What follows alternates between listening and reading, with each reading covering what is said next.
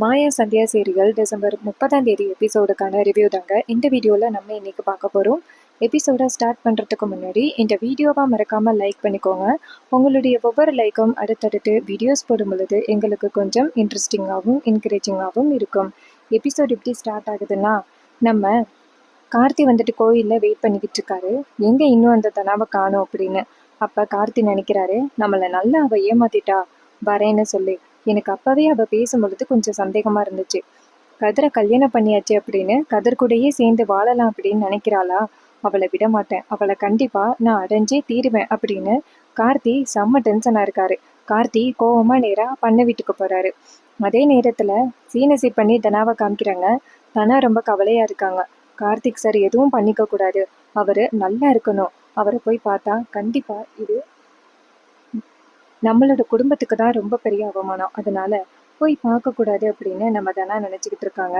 அப்பன்னு பார்த்து கதிர் ரூமுக்குள்ளே வராரு. கதிரை பார்த்ததோட தனா டக்குன்னு முறைச்சிக்கிட்டு போயிட்டு படுத்து தூங்குறாங்க. அப்போ கதிர் நினைக்கிறாரு, தனா தயவு செஞ்சு அந்த கார்த்தி சொல்கிறத நம்பி போகாத, அது உன் வாழ்க்கைக்கு தான் ரொம்ப ஆபத்து அப்படின்னு நம்ம கதிர் தனாவுக்காக ரொம்ப கவலைப்படுறாரு.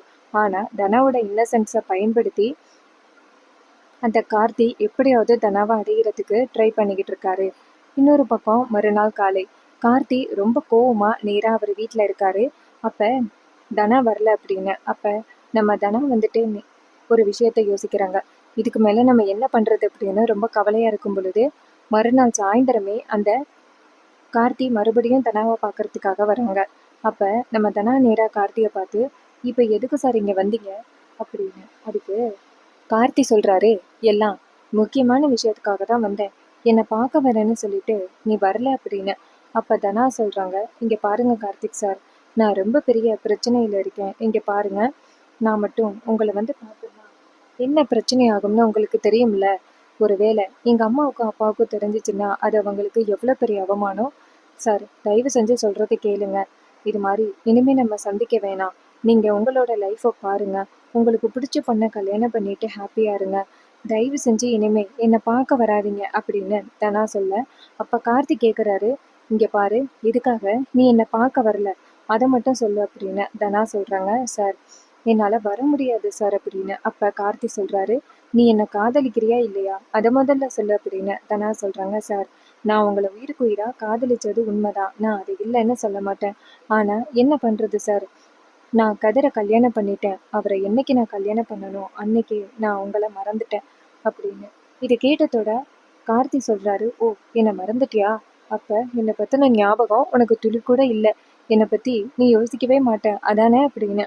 அப்போ தனா சொல்கிறாங்க, சார் அப்படியெல்லாம் இல்லை சார், சூழ்நிலையால் தான் உங்களை விட்டு பிரிகிற மாதிரி ஆகிருச்சு, அதுக்கு நம்ம என்ன சார் பண்ண முடியும், எங்கள் அம்மாவுக்கும் அப்பாவுக்கும் எந்த களங்கமும் இல்லாமல் இருக்கணும் அப்படின்னா நான் கதிர் கூட சேர்ந்து வாழ்ந்து தான் சார் ஆகணும், தயவு செஞ்சு நீங்கள் இந்த இடத்த விட்டு போங்க சார் அப்படின்னு சொல்லிட்டு தனா கெஞ்சுறாங்க. அப்போ கார்த்தி நேராக தனாவை பார்த்து, அப்போ நீ என் கூட வாழ மாட்ட, நான் கூப்பிட்டா வரமாட்டியல்ல, சரி அப்போ உன்னை அடையிறதுக்கு எனக்கு இருக்கிற ஒரே வழி இது மட்டும்தான் அப்படின்னு. அப்போ தனா சொல்கிறாங்க, சார் தயவு செஞ்சு இந்த மாதிரி உலகத்தை விட்டு போகிற மாதிரி முடிவு பண்ணாதீங்க சார், உங்கள் வாழ்க்கையை நீங்கள் வாழுங்க சார் அப்படின்னு. அப்போ கார்த்தி சொல்கிறாரு, என் வாழ்க்கை நீ தான் தனா, உன் கூட இல்லாமல் என்னால் வேறு யாரு கூடயும் வாழ முடியாது, அதுக்காக நான் ஒரு முடிவு பண்ண போகிறேன், நம்ம 2 பேரும் காலேஜில் காதலிச்சோம்ல, அந்த விஷயத்தை பற்றி உங்கள் அப்பாட்ட சொல்ல போகிறேன், உங்கள் அப்பாட்ட சொன்னால் கண்டிப்பாக உங்கள் அப்பா நம்ம 2 பேருமே சேர்த்து வைப்பார், நான் இதை பற்றி உங்கள் அப்பா கிட்ட சொல்கிறேன், அப்போ தான் நீங்கள் என் கூட வருவ அப்படின்னு.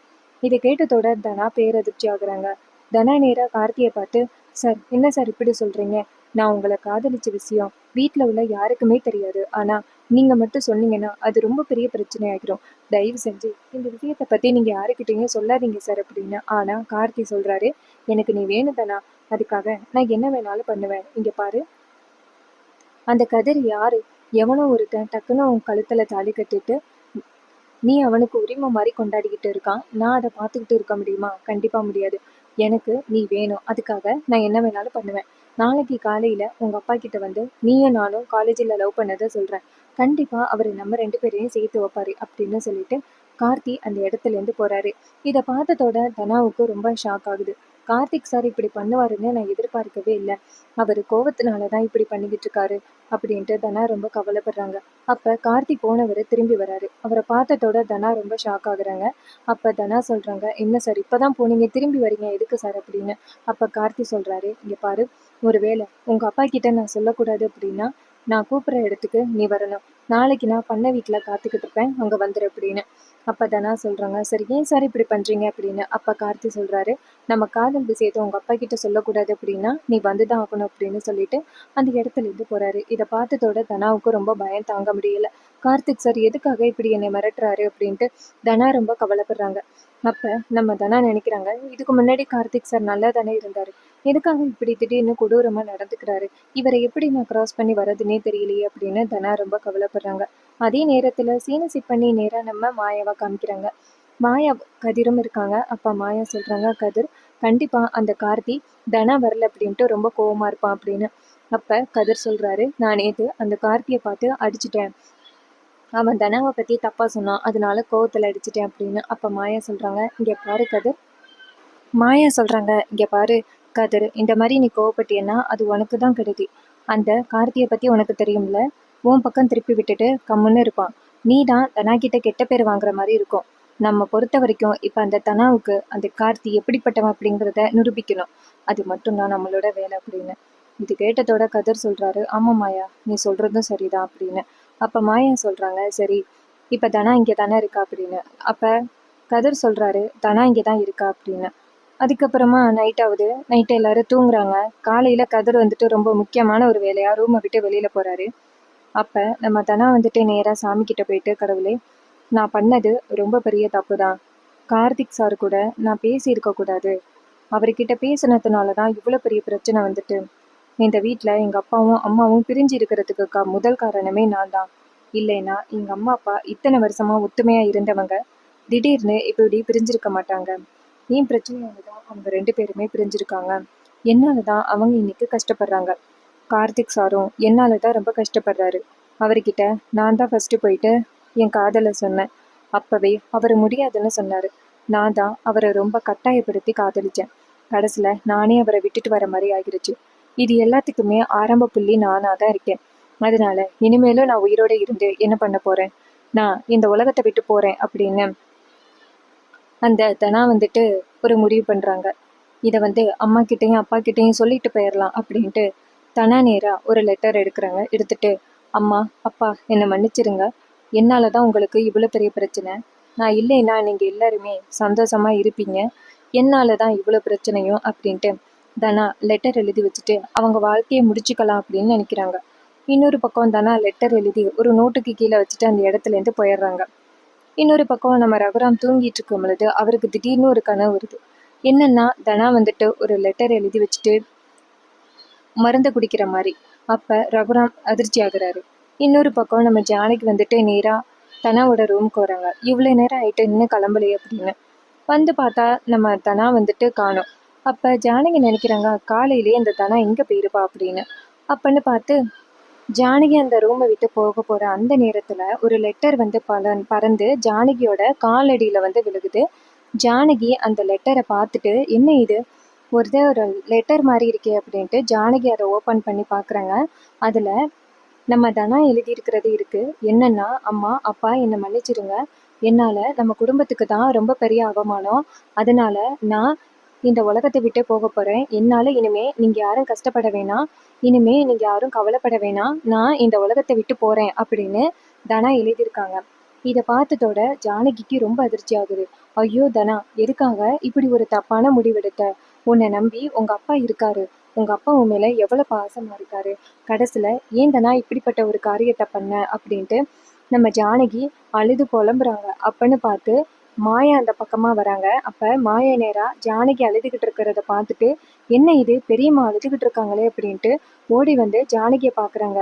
பெரியம்மா, என்னாச்சு பெரியம்மா அப்படின்னு சொல்ல, அப்ப ஜானகி அழுதுகிட்டே, மாயா இந்த லெட்டரை பாரு அப்படின்னு சொல்ல, அப்ப மாயா அந்த லெட்டரை வாங்கி பாக்குறாங்க. அதுல நம்ம தனா என்னை மன்னிச்சிருங்கம்மா, நான் இந்த உலகத்தை விட்டே போறேன் அப்படின்னு எழுதி இருக்கிறது இருக்கு. இதை பார்த்ததோட மாயா அதிர்ச்சி ஆகுறாங்க.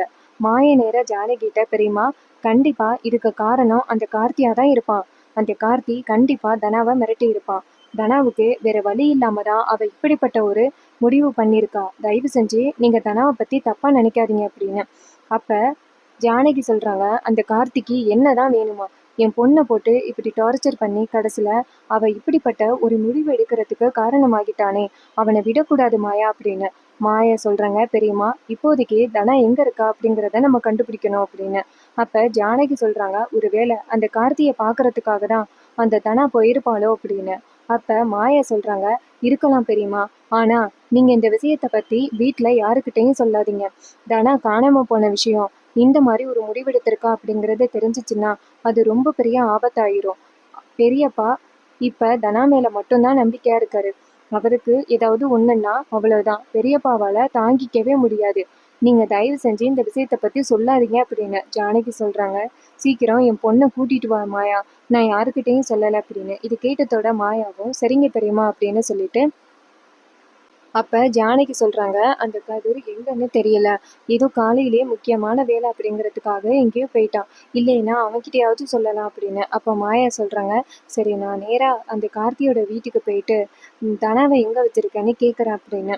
அப்ப ஜானகி சொல்றாங்க, அவ கொஞ்சம் பைத்தியக்கார பையா, கொஞ்சம் பார்த்து நடந்துக்கோ அப்படின்னு. மாயா சொல்றாங்க, நான் பார்த்துக்கிறேன் பெரியம்மா. ஒரு வேளை அந்த தனா மட்டும் அங்க இருந்தா கண்டிப்பா நான் அவனை சும்மா விட மாட்டேன் அப்படின்னு சொல்லிட்டு செம காண்டுல மாயா நேரா கார்த்தியோட வீட்டு கடைக்கு போயிட்டு ஒரு மருந்து வாங்குறாங்க.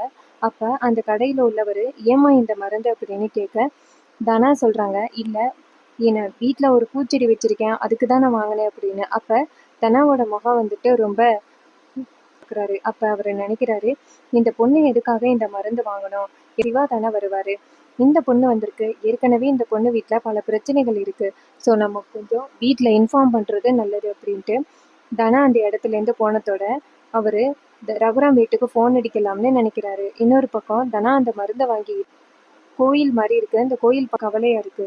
இதை நான் குடிச்சா இனிமே யாருக்கும் எந்த பிரச்சனையும் இருக்காதுல்ல, எங்க அப்பாவும் யாருக்கிட்டையும் அவமானப்பட வேண்டிய அவசியமும் கிடையாது.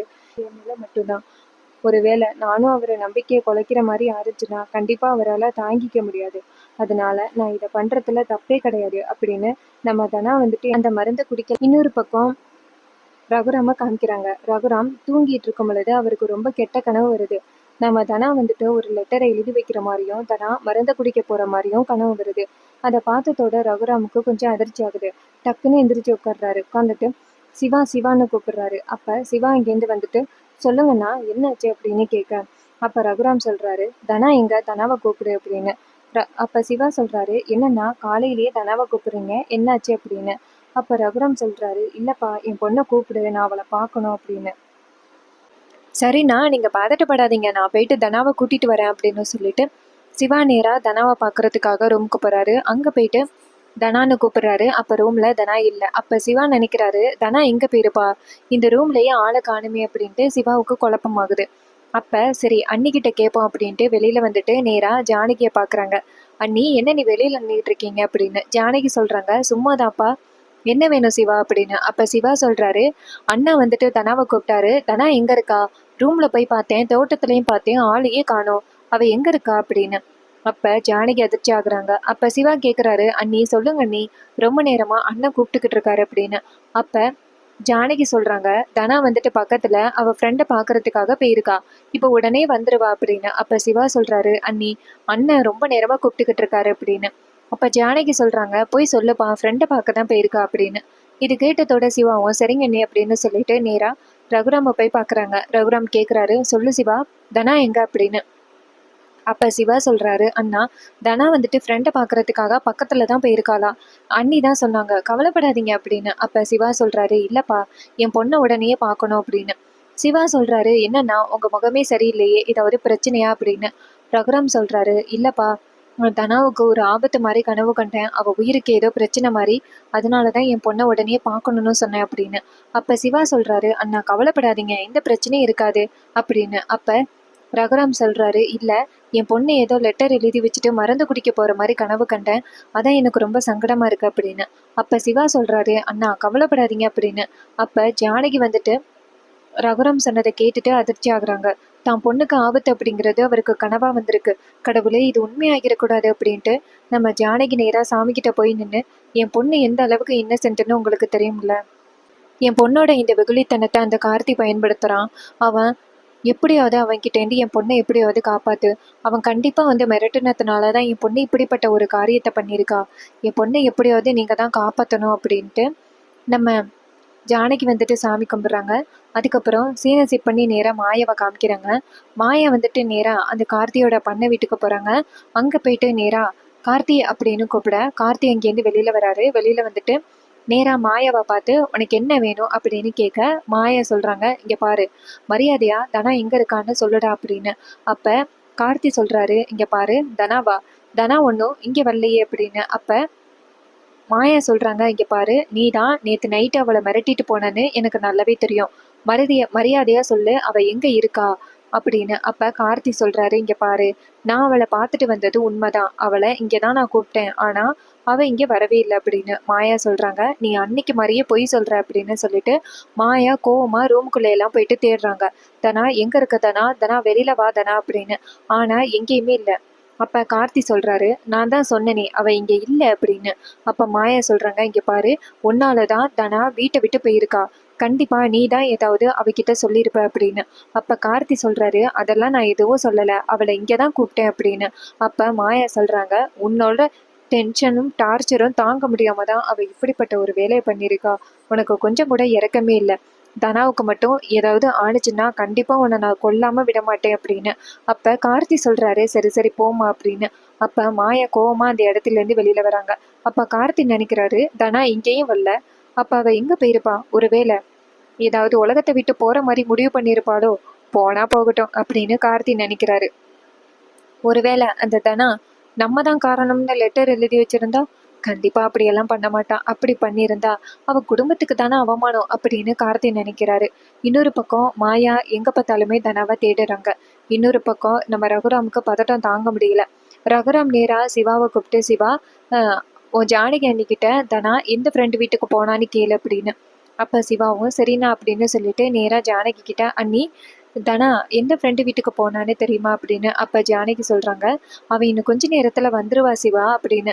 சிவா சொல்கிறாரு, அண்ணா தான் கேட்டாங்க, சொல்லுங்க அண்ணி அப்படின்னு. அப்போ ஜானகி நினைக்கிறாங்க, ஐயோ நம்ம என்ன சொல்கிறது, அவள் எங்கே போயிருக்கானே நமக்கு தெரியாதே அப்படின்ட்டு ரொம்ப பதட்டப்படுறாங்க. நம்ம ஜானகி சிவா கேட்குறாரு, அண்ணி நீங்கள் இப்படி பதட்டப்படுறத பார்த்தா தனாவை காணும் போலியே அப்படின்னு. அப்போ ஜானகி அதிர்ச்சி ஆகுறாங்க. அப்போ சிவா சொல்கிறாரு, அண்ணி தனாவுக்கு ஏதாவது ஆபத்தா அப்படின்னு. அப்போ ஜானகி சொல்கிறாங்க, இல்லை சிவா அதெல்லாம் ஒன்றும் இல்லை அப்படின்னு. அப்போ சிவா சொல்கிறாரு, அண்ணி நீங்கள் இப்படி பதட்டமாக இருக்கிறத பார்த்தா நம்ம பொண்ணு தனாவுக்கு ஏதோ ஆபத்து மாதிரி தெரியுது, எதாக இருந்தாலும் சொல்லிடுங்க அண்ணி அப்படின்னு. அப்போ ஜானகி டக்குன்னு அந்த லெட்டரை காமிக்க, அப்போ அந்த லெட்டரை பார்த்துட்டு சிவா அதிர்ச்சி ஆகுறாரு. அப்போ சிவா நேராக இங்கேருந்து ஓடி போய் அவங்க அண்ணன்ட்ட லெட்டரை காமிச்சு, அண்ணா நீங்கள் கனவு கண்ட மாதிரியே ஆகிருச்சு, நம்ம பொண்ணு தனாவுக்கு ஆபத்து, அவள் ஒரு தப்பான முடிவு எடுத்துட்டா, உங்களுக்கும் இந்த குடும்பத்துக்கும் ரொம்ப பெரிய பிரச்சனை, அதனால என்னால தானே பிரச்சனை, நான் இந்த உலகத்தை விட்டு போறேன் அப்படின்னு லெட்டர் எழுதியிருக்கா அப்படின்னு. இது கேட்டதோட ரகுராம் அதிர்ச்சி ஆகுறாரு. என்னப்பா இப்படி சொல்ற, என் பொண்ணு இப்படிப்பட்ட ஒரு வேலையா பண்ணியிருக்கா, அவ இப்படி பண்ண மாட்டாப்பா அப்படின்ட்டு அழுக. சிவா சொல்றாரு, அண்ணா நான் தனாவை தேடி போறேன் அப்படின்னு சொல்லிட்டு இங்கேருந்து தனாவை தேடி வராங்க. ரகுராம் அந்த லெட்டரை பார்த்ததோட உடஞ்சி போய் உட்கார்றாரு. அப்போ ஜானகி எங்கேருந்து என்னங்க நம்ம பொண்ணு இப்படி லெட்டர் எழுதியிருக்காளே தவிர்த்து அவள் இந்த மாதிரி முடிவு எடுக்க மாட்டாங்க, கண்டிப்பாக உங்களுக்காக யோசிப்பா, நீங்கள் கவலைப்படாதீங்க அப்படின்னு சொல்ல, அப்போ ரகுராம் அழுகிறாரு. என் பொண்ணு இப்படிப்பட்ட ஒரு காரியத்தை பண்ணுவான்னு நான் எதிர்பார்க்கலையே அப்படின்ட்டு அழுகிறாரு. ரொம்பவே சூப்பராக அப்கமிங் எபிசோட கொண்டு போகிறாங்க. இதே மாதிரி இனிமே அப்டேட்ஸை நம்ம சேனலில் தொடர்ந்து நீங்கள் பார்க்கணும்னா மறக்காமல் நம்ம சேனலை சப்ஸ்கிரைப் பண்ணிக்கோங்க. இது வரைக்கும் இந்த வீடியோவை நீங்கள் வாட்ச் பண்ணியிருந்தீங்கன்னா நம்ம வீடியோக்கு ஒரு லைக் பண்ணிக்கோங்க. நம்ம சேனலை சப்ஸ்கிரைப் பண்ணிவிட்டு பக்கத்தில் உள்ள பெல்லைக்கானை கிளிக் பண்ணி ஆல்ரெடி செட் பண்ணிக்கோங்க. அப்போ தாங்க புது புது வீடியோஸை போடும் பொழுது உங்களுக்கு நோட்டிஃபிகேஷன் வரும், பார்த்து என்ஜாய் பண்ணலாம். தேங்க்யூ ஃபார் வாட்சிங்.